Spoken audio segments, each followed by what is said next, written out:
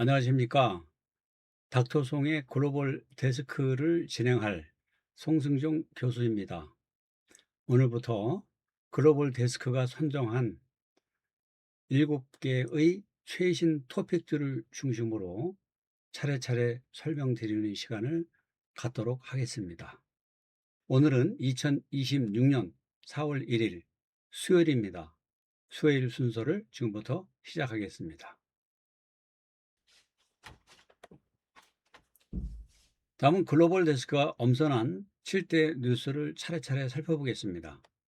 1번은 과연 이란의 미래 모습이 어떻게 될 것인가? 쿠바인가? 시리아인가? 북한인가? 흥미롭게 한번 살펴보겠습니다. 두 번째는 기름값이 지금 갤런당 미국 기준으로 4달러를 돌파했습니다. 이것이 과연 트럼프 지지율에 어떤 영향을 줄 것인지 살펴보고, 세 번째는 이란 전쟁이 시작된 지 1개월이 넘었죠. 그동안에 발생한 걸프 지역에서의 선박 피해 현황을 살펴보겠습니다. 다음은 왜 미국이 세계 제1의 군사 대국으로서 막강한 하드파워를 가지고 있지만 어떻게 해서 이란 전쟁을 아직 끝내지 못하고 있는가? 다음은 호르무즈 해협이 현재 아시아 전체, 대한민국도 예외가 아니죠. 엄청난 지금 파장을 미치고 있습니다. 그에 대해서 살펴보고, 다음은 눈물의 해협이라고 불리는 그러한 제2의 호르무즈 해협이 기다리고 있습니다. 그에 대한 잠재적 위험성 역시 살펴보겠습니다. 끝으로 전쟁 1개월에 접어든 이란 전쟁에서 도출된 교훈에 대해서 살펴보도록 하겠습니다. 첫 번째 주제입니다. Does Iran's future look like Cuba, Syria or North Korea? 제가 Foreign Policy에서 가장 최근에 발견한 그런 기사입니다. 여러분들께 소개시켜 드리겠습니다. 이란의 미래 모습은 쿠바, 시리아, 북한 중에서 어느 것이 될 것인가? 이란의 미래를 둘러싼 동상이몽이 현재 진행되고 있습니다. 특히 걸프 국가와 이스라엘은 상반된 전략적 목표를 추구하고 있습니다. 걸프의 아랍 국가들은 이란을 마치 쿠바처럼 격리시키고 강력한 억제망을 구축해야 한다고 주장합니다. 군사력 약화를 원하지만 그러나 완전한 붕괴는 회피하기를 원합니다. 그러나 이스라엘은 이란을 시리아처럼 철저히 파괴하고 분열시켜야 한다고 주장합니다. 그래서 정권 붕괴와 내전 수준의 극단적 혼란까지 감수할 준비가 되어 있습니다. 그러나 전략적 지배권 확보를 위한 이러한 강경책에 걸프 지역 국가들이 모두 동의하는 것은 아닙니다. 가장 끔찍한 시나리오는 이란이 쿠바나 시리아도 아닌 북한과 같이 될 그러한 위험성입니다. 다시 말해서 압박에 직면한 이란은 붕괴하는 대신에 더욱 위험한 병영 국가로 진화할 수 있다는 것입니다. 이미 그러한 조짐이 나타나고 있죠. 그래서 경제 차단과 고립이 낳은 극단적 군사화, 더 나아가서 핵무장을 가속화할 가능성이 갈수록 높아지고 있는 그런 상황입니다. 그래서 사상 최초로 직면하게 될 북한과 시리아가 합쳐진 것 같은 그러한 최악의 혼합 형태가 나타날 조짐을 보이고 있습니다. 결론적으로 강압적 억제가 초래한 중동 안보에 거대한 역설이 벌어질 조짐을 보이고 있습니다. Israeli strikes on Iran and the killing of Supreme Leader Ali Khamenei are echoing far beyond the Middle East. In North Korea, leader Kim Jong-un is drawing a stark lesson. Nuclear weapons are the ultimate guarantee of regime survival. As Washington under Donald Trump targets adversaries without nuclear deterrence, Pyongyang sees its atomic arsenal as protection against the same fate. Even as the Iran conflict escalated, Kim Jong-un projected calm. Just a day after the bombing began, the North Korean leader toured a cement factory, appearing relaxed while praising workers and the country's industrial strength. The message was clear. Unlike Iran, nuclear-armed North Korea believes it can deter external attack. 다음은 뉴욕타임즈에서 제가 선정한 Will $4 get hurt Trump's approval rating? 다시 말해서 지금 미국의 그 주유소에서는 갤런당 $4를 돌파를 했습니다. 그래서 이것이 역사적인 맥락에서 어떤 의미를 가지고 있는지에 대해서 살펴보도록 하겠습니다. 과연 기름값이 갤런당 $4를 돌파한 시점에서 이것이 트럼프 지지율에 어떤 영향을 줄 것인지에 대해서 살펴보겠습니다. 호르무즈 해협이 봉쇄된 이후에 국지적 타격이 글로벌 경제 충격파를 야기하고 있습니다. 호르무즈라고 하는 하나의 해협이 차단됨으로써 발생한 전 세계 에너지 공급망이 마비되고 기록적인 물가 폭등 사태를 겪고 있습니다. 이란의 지정학적인 보복으로 인해서 약 3억 배럴의 글로벌 원유 공급망이 증발했습니다. 그러다 보니까 3월 기준으로 브렌트유의 배럴당 가격이 60%나 폭등을 하고 이것은 1988년 이후에 역대 최대의 상승폭을 기록한 것입니다. 쿠웨이트 유조선이 피격되는 등 확전 양상이 전개됨에 따라서 전 세계적으로 스태그플레이션의 공포감이 최고조로 치닫고 있습니다. 유가 $4의 정치학은 참으로 여러 가지 심각한 의미를 가지고 있습니다. 다시 말해서 전장에서 발생한 나비 효과가 결국에는 군 최고 통수권자의 운명까지도 좌우할 수 있다는 역설입니다. 역사적 데이터에 기초하여 평가할 때 유가 급등과 대통령 지지율 간에는 강력한 역의 상관관계가 존재합니다. 다시 말해서 유가가 폭등할수록 대통령의 지지율은 반대로 급격히 하락한다라고 하는 것입니다. 다시 말해서 경제적 타격이 정치적 생명을 단축할 수 있다는 것입니다. 이미 1979년 카터 행정부는 에너지 위기로 인해서 지지율이 30%로 순식간에 폭락했습니다. 마찬가지 2008년에도 부시 행정부는 유가가 갤런당 $6를 돌파하자 역대 최저점을 기록했습니다. 이번에도 마찬가지 아닙니까? 이란전 발발에 따라서 이례적이고 급격한 유가 인상폭이 결국에는 트럼프 대통령의 지지율에 영향을 줄 수밖에 없는 그런 시점에 와 있습니다. 다음 주제는 이란 전쟁이 시작된 이후 걸프 지역에서 발생한 선박 피해 현황을 추적해 보도록 하겠습니다. 이것은 로이터에서 제가 선정한 기사가 되겠습니다. 현재 그 선박 피해 현황은 두 개의 국면으로 구분해서 볼 수가 있습니다.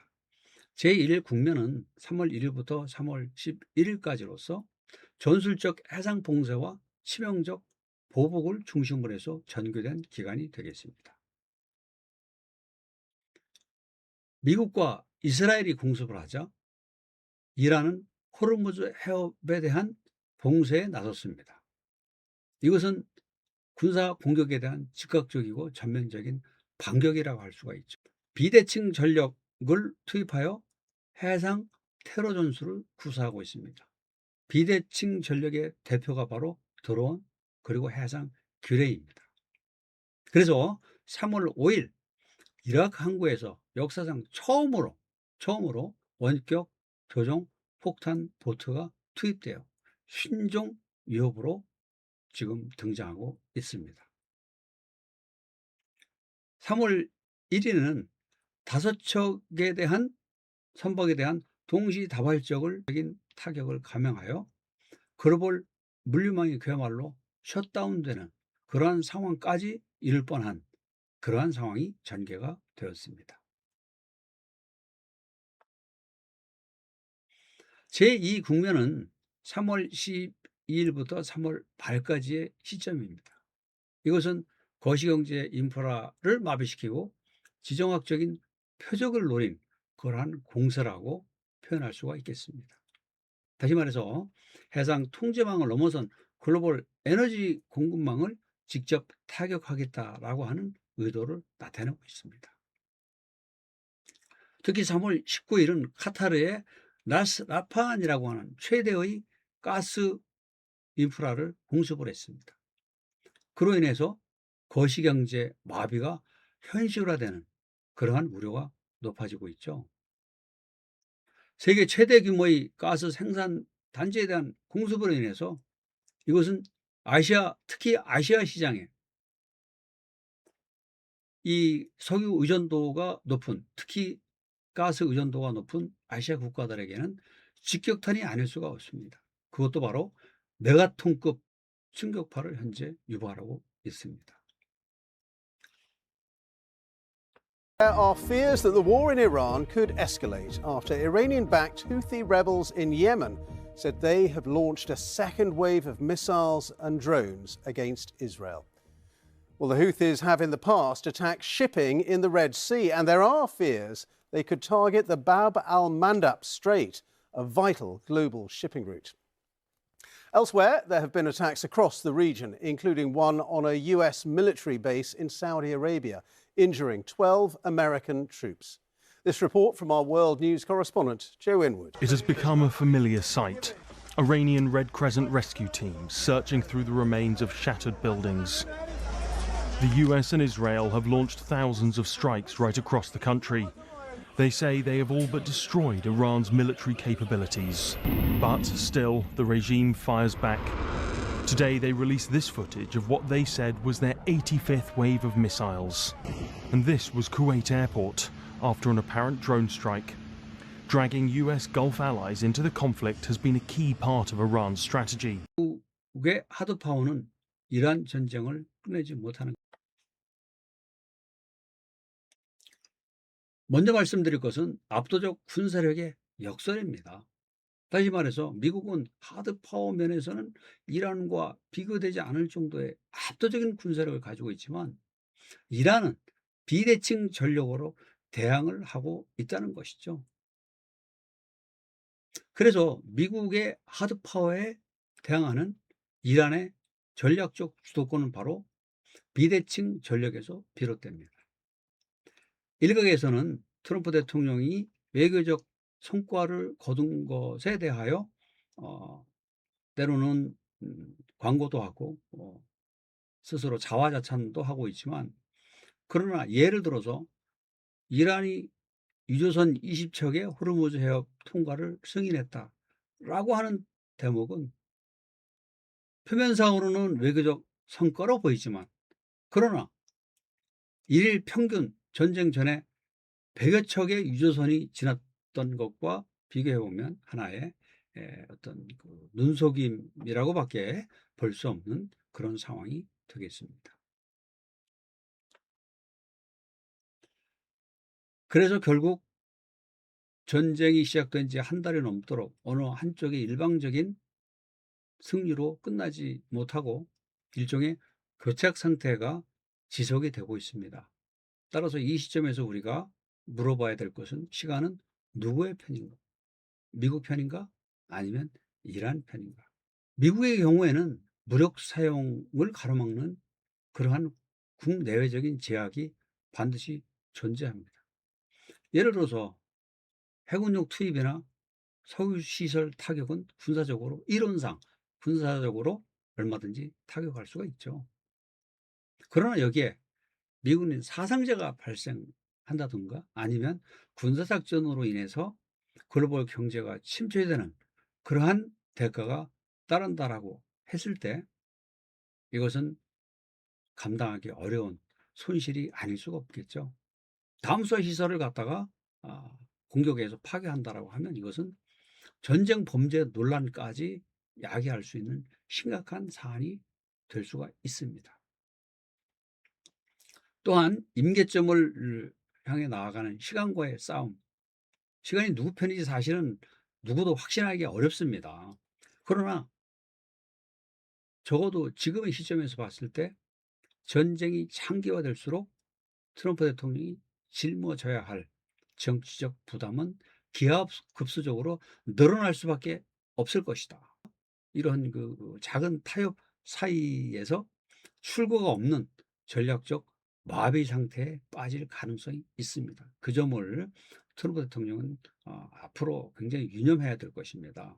결국은 명분 있는 퇴로를 열지 못하면 이것은 이란도 마찬가지고요. 이란이나 미국 모두 서로가 명분 있는 퇴로를 찾지 못하면 결국은 파국을 맞이할 수밖에 없는 그런 상황이 전개될 수가 있습니다. 다음은 블룸버그에서 제가 찾아낸 기사 Why the Strait of Hormuz Closure is an Asian Crisis. 다시 말해서 호르무즈를 봉쇄했는데 왜 이것이 이 아시아 위기로 연결되고 있는가에 대해서 살펴보도록 하겠습니다. 호르무즈 해협은 그야말로 아시아의 명줄을 쥐고 있는 급소라고 해도 과언이 아닙니다. 이것은 90%의 원유가 통과하는 아시아 지역으로 오는 원유의 90%라는 말씀입니다. 초크 포인트, 급소죠. 말 그대로 초크하면 이 목을 조르는 거 아닙니까? 목줄을 조를 수 있는 바로 급소가 바로 이 초크 포인트입니다. 그래서 이러한 전쟁은 중동 지역의 분쟁을 넘어서 아시아 전체에 엄청난 타격을 주는 생존적 위기로 직결될 수밖에 없는 그런 상황이 전개가 되겠습니다. 사실 아시아 주요 국가들, 일본도 그렇고 한국, 중국 이런 국가들은 한 20에서 50일치의 전략 비축유를 보유하고는 있습니다. 그러나 이것은 전술적인 어떤 단기적인 임시 처방은 될지 모르지만 근본적인 해결책은 되지 않겠죠. 대한 어떤 이 후유증으로서 팍스 아메리카, 다시 말해서 미국 주도의 글로벌 안보 질서가 변화할 수 있는, 균열이 될 수 있는 그러한 조짐도 마찬가지 나타나고 있습니다. 싱가포르가 미국을 향해서 현상 타파 국가라고 맹렬히 비난했습니다. 현상 타파 국가는 대개 중국이나 러시아와 같이, 북한 같이 현재 상황을 뒤흔들어 보겠다는 이러한 그 적대국을 가르치는 이 지칭하는 용어가 바로 현상 타파 국가입니다. 다음은 각자 도생의 지정학입니다. 각자 도생의 지정학은 동맹 중심의 시스템이 무너지고 있다는 얘기죠. 견고한 동맹이 뒷받침되고 있을 때는 각자 도생이라는 말이 잘 안 나옵니다. 그러나 지금은 어떻습니까? 눈만 뜨면 각자 도생이라고 하는 용어가 마치 유행어처럼 너도 나도 지금 언급을 하고 있는 그러한 시점이 아니겠습니까? 그만큼 상황이 녹록지 않다는 뜻이죠. 그래서 절망이 만들어낸 기형적인 동맹, 말 그대로 그전에는 앙숙 관계였다가 이와 같은 정말 심각한 위기 상황에 직면하여 오히려 관계가 개선되는 그러한 역설이 현재 나타나고 있지 않습니까? 대표적인 사례가 바로 필리핀과 중국과의 아주 긴밀한 관계로 진전되는 상황입니다. In this video, we break down 7 choke points that control global trade and why disruption in even one can send shockwaves around the globe. Choke points are narrow maritime shortcuts carrying a large share of global trade. A single blockage can delay shipments, raise costs, and push inflation higher. The Bab el-Mandeb, also known as the Gate of Tears, sits at the entrance to the Red Sea. Houthi drone and missile attacks have made it dangerous. Many ships now avoid it, circumnavigate Africa, adding 6,000 miles and nearly 2 weeks to the journey. This results in rise in fuel costs, surge in shipping rates, impacting global trade. Right after Bab el-Mandeb is the Suez Canal, linking Europe and Asia. In 2021, the Ever Given, a massive container ship, got stuck, halting $10 billion in trade daily. Narrow and congested, it takes one accident to paralyze global shipping. Together, Bab el-Mandeb and Suez form the critical Europe-Asia corridor. The Strait of Hormuz carries roughly 20% of the world's oil and gas. 또한 중국은 이러한 위기 상황, 여러 가지 미국이 어려운 그런 상황을 이용하여 자신에게 유리한 국면을 조성해 보고자 하는 그런 의도를 가지고 있지 않겠습니까? 보도록 하겠습니다. 다음 주제는 아시아타임즈에서 게재된 Gate of Terrors could soon be Iran war's next stranglehold. stranglehold, 이 목줄을 이렇게 전다는 아주 어떻게 보면 좀 상스럽지 못한 표현이기도 합니다. 그런데 여기 나와 있는 그 눈물의 문이라고 하는 것은 해협 이름입니다. 별명이죠, 사실은. 그래서 눈물의 문 해협은 다음번 이란 전쟁의 병목이 될 것인가? 이 기사 내용에 대해서 같이 살펴보도록 하겠습니다. 이란은 중동 지역의 병목들을 완벽하게 차단하기 위한 마스터 플랜을 가지고 있습니다.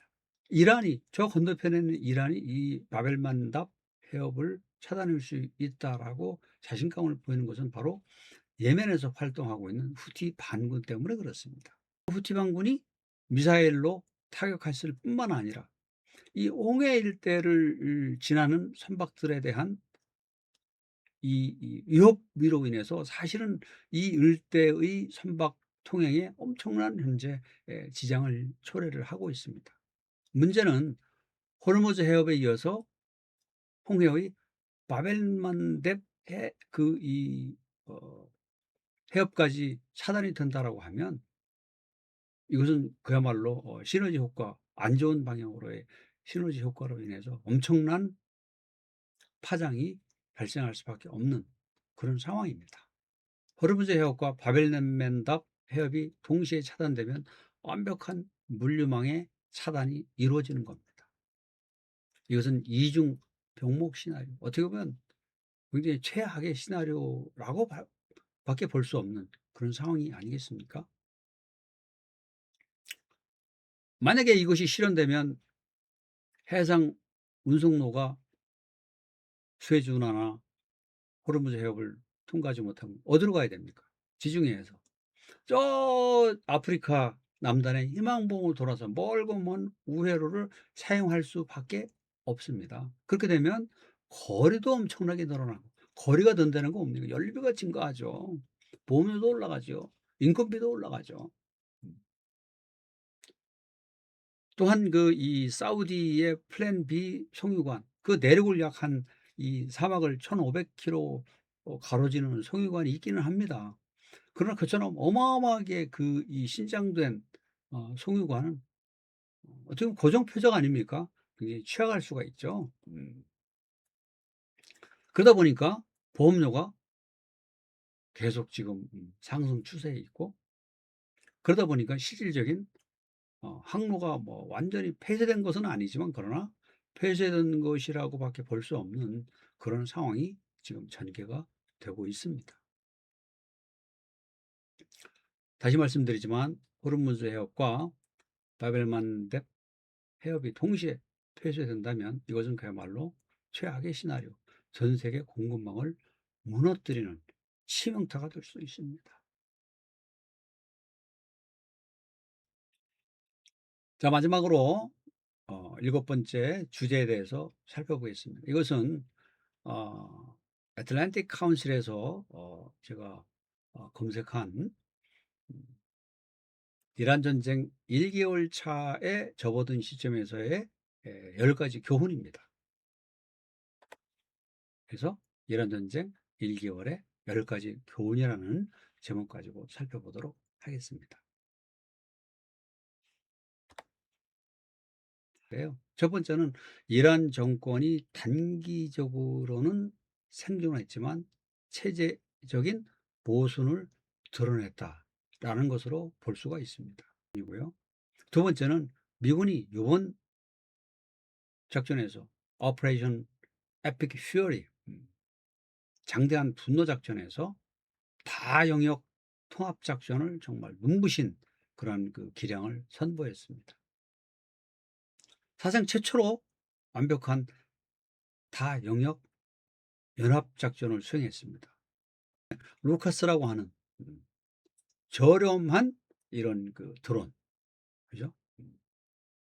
이런 것들이 이제 이 투입되다 보니까 첨단 무기 위주의 어떤 어, 전력 증강이나 군사력 유지 등의 기존 패러다임에 변화가 발생할 수밖에 없는 그런 상황이 전개가 되고 있습니다.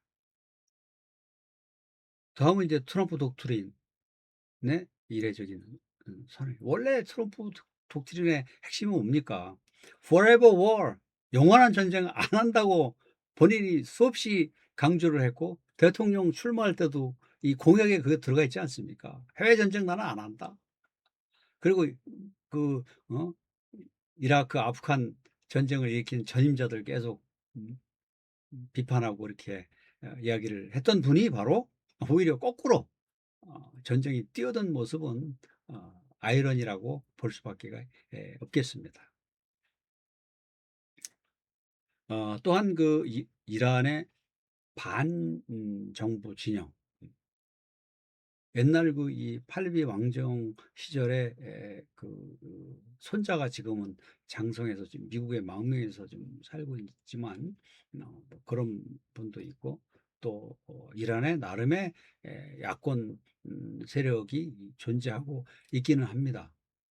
그다음에 이란 북부에 이제 쿠르드 반군들이 또 이제 그 이란 정권에 대항하는 그런 세력의 일부를 차지를 하고 있는데 이처럼 지금까지는 산만하게 흩어져 있었던 이란의 반정부 진영이 결속되는 그러한 그 모습이 나타나고 있다라는 것이고요.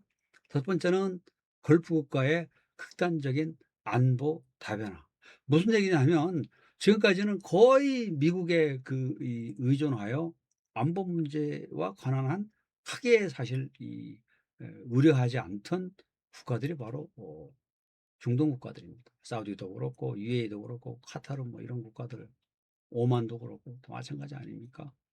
이번 전쟁에 뭐 아뜨거라 했겠죠. 안 되겠다. 무슨 지정학 위험을 좀 해칭해야 되겠다.